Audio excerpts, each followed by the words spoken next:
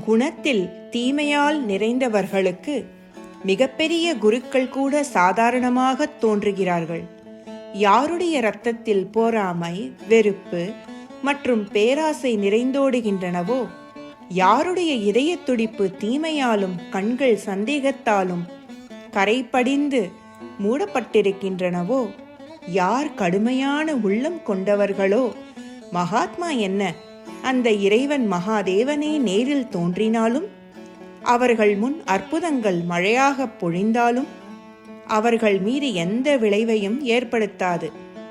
மாறாக அத்தகைய மக்கள் துறவிகளிடமே தவறுகளை கண்டுபிடித்து கொண்டே இருப்பார்கள். ஏனென்றால் அவர்களின் மனமும் புத்தியும் சிதைந்து மாசுபட்டுள்ளன.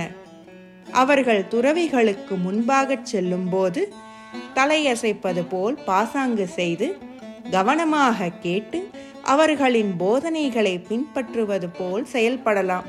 ஆனால் உள்ளுக்குள் அவர்கள் சிறிதும் மாறுவதில்லை. பரமஹம்ச சத்குரு ஸ்ரீ சதுபாசி.